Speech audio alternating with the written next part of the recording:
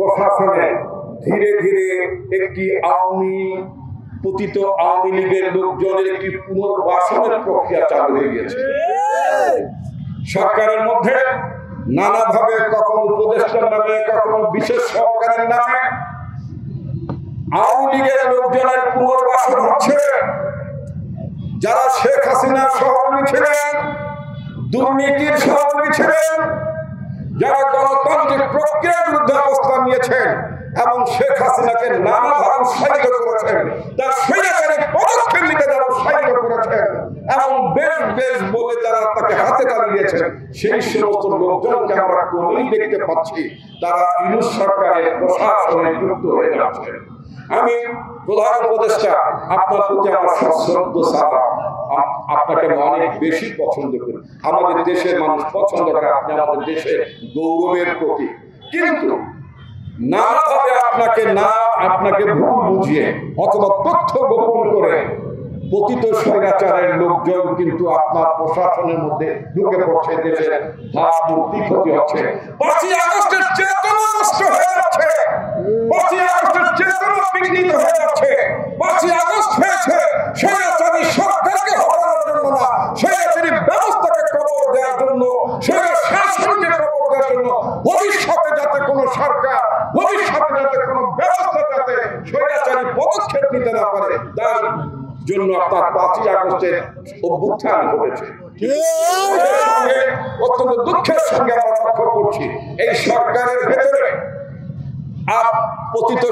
পতিত স্বৈরাচারী সরকারের এজেন্টরা পুনর্বাসিত হয়ে যাচ্ছে, এটা আমরা লক্ষ্য করছি। বিশেষ করে পররাষ্ট্র বিভাগে গত কয়েকদিন আগে শফিউর রহমান বলে একজন কূটনীতিককে, সাবেক কূটনীতিককে অন্তর্ভুক্ত করা হয়েছে। এটা অত্যন্ত দুঃখের কথা।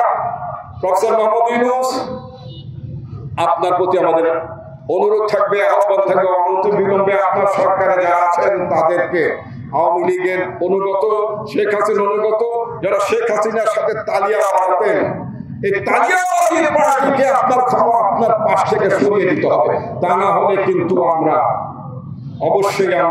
এখন দুটো একটা নাম বললাম, এরপরে কিন্তু আরো বেশি নাম বলবো জানি। প্রশাসনে, পুলিশে, প্রশাসনে, বিচার বিভাগে নানা জায়গায় পতিত স্বৈরাচারের এজেন্টরা লুকিয়ে আছে। হাইকোর্টে একজন বিচারপতি আছেন, ইমরুল কায়েস, আমার নেত্রীর বিরুদ্ধে বিচার নামে বিচার করেছেন, আমার সাথে বিচার করেছেন। এই সমস্ত নৌকা মার্কার বিচারপতিগুলোকে কিন্তু হাইকোর্ট থেকে সরিয়ে দিতে হবে।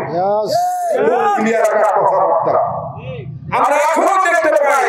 আমার নাম আসাদুজ্জামান নূর, একজন ঢাকার একজন অতিরিক্ত চিফ মেট্রোপলিটন ম্যাজিস্ট্রেট, প্রধানমন্ত্রী পুত্রবাদের জয়কে তিনি রিসিভ করেছেন, সিওপ করেছেন। আদালতের প্রশ্ন তুলেছিলাম, কারণ আমার বিরুদ্ধে অনেক মামলা। মাননীয় আদালত, আপনারা কি আমাকে এইভাবে সিওপ করেন বা রিসিভ করেন? আইনের চোখে আমি একজন বিচার প্রার্থী, কিন্তু এই হাসিনার আমলে আমরা দেখেছি কিভাবে বিচারকরা শেখ হাসিনার পুত্রকে আদালতে রিসিভ করতেন এবং সিওপ করতেন, সেই বিচারক পর্যন্ত এখন পর্যন্ত আছে। সুতরাং এই সরকারকে আমরা মাত্র এই মাসটি সময় দিতে চাই। প্রশাসনের মধ্যে, বিচার বিভাগে, পুলিশে, নানা জায়গায় যারা ঘাটতি মেরে আছেন, চিহ্নিত এবং অচিহ্নিত, তাদেরকে চিহ্নিত করে তাদেরকে